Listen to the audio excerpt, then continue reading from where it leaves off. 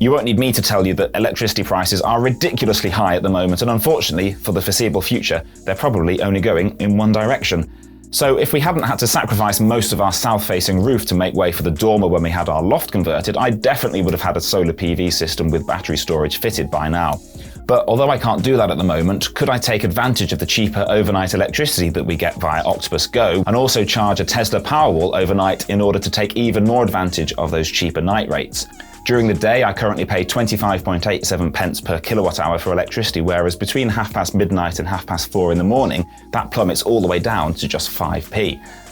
This video isn't sponsored by Octopus Energy, but if you're interested in signing up for one of their intelligent tariffs with cheaper overnight electricity, then I'll also leave my referral link in the description, which means you and I both get a nice little bonus if you start the process using that link. We already charge the car once or twice a week overnight and run things like the dishwasher and washing machine overnight, as well as heat up our hot water via an electrical timer switch, and you can see my video about that via the link in the description. So in theory, we could also charge up a battery storage system like a Tesla Powerwall when electricity is cheaper and discharge that in the daytime for our home's energy needs before needing to use the national grid again, effectively extending the cheap hours of my tariff and using electricity that only cost 5p per kilowatt hour to capture, even though it's being used in the daytime. So I built a spreadsheet to allow me to work out the numbers in various scenarios and to easily plug in figures to see how future events might change the maths as well, because of course there's still a huge element of guesswork in all of this.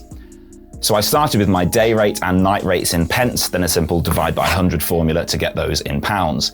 Next up, I added in details of a few different battery options along with their cost and capacity in kilowatt hours, defined a named range for the battery names, and used data validation to create a drop-down list with that named range, rejecting any other input to that cell.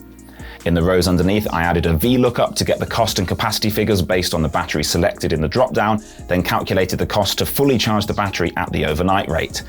If you then do the same calculation but at your day rate and subtract one from the other, it'll give you your daily saving in pounds achieved by using the battery to offset your daytime usage costs. If you take the cost of the battery and divide it by your daily savings, it'll give you the number of days that it'll take the battery to pay for itself, and then it was quicker to Google a conversion formula than work it out myself, but here you are, just over 9 years for a Tesla Powerwall at all of today's prices to pay for itself.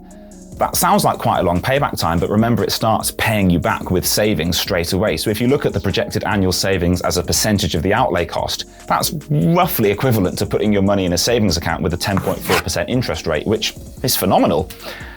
The great thing about a spreadsheet, of course, is that I can easily change some of the figures and see how that affects things. For example, I know that Octopus Go overnight pricing has recently increased to 7.5 pence due to the energy crisis, and when our current fixed period comes to an end, it'll probably be paying more overnight. So let's change the overnight figure, and you can see that, yes, that does increase the break-even time as you'd expect. Though not by a huge amount. The price cap is currently predicted to rise by about 42% next time, which would mean an eye-watering rate of nearly 37 pence per kilowatt hour during the day. And even leaving the night rate at 7.5 pence, that's seen the break-even point slashed to just 6 years and 10 months. Or with Ofgem's ridiculous planned October 2022 price rise, which might hopefully have been cancelled by the time you're watching this, the break-even would drop all the way to just 4.5 years. What about a non-Tesla battery that's much cheaper and might not have as high a capacity? Well, I can easily test out the payback times with those too by inputting their price and storage capacity in these cells over here, then selecting a different battery from the drop-down.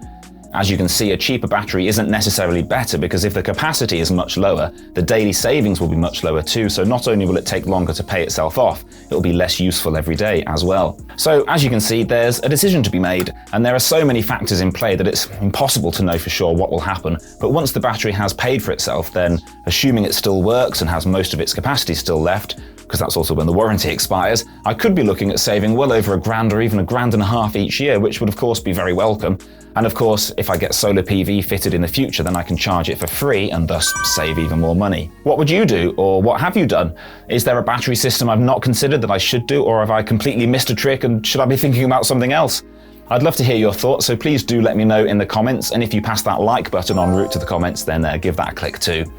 Now, if you're someone who has a hot water tank, then you can also think of that as a bit like a big battery which can be charged overnight when electricity is cheaper. If that's you, then you should watch this video next where I show how I save money every single day using my electric immersion heater instead of our gas boiler to heat our hot water.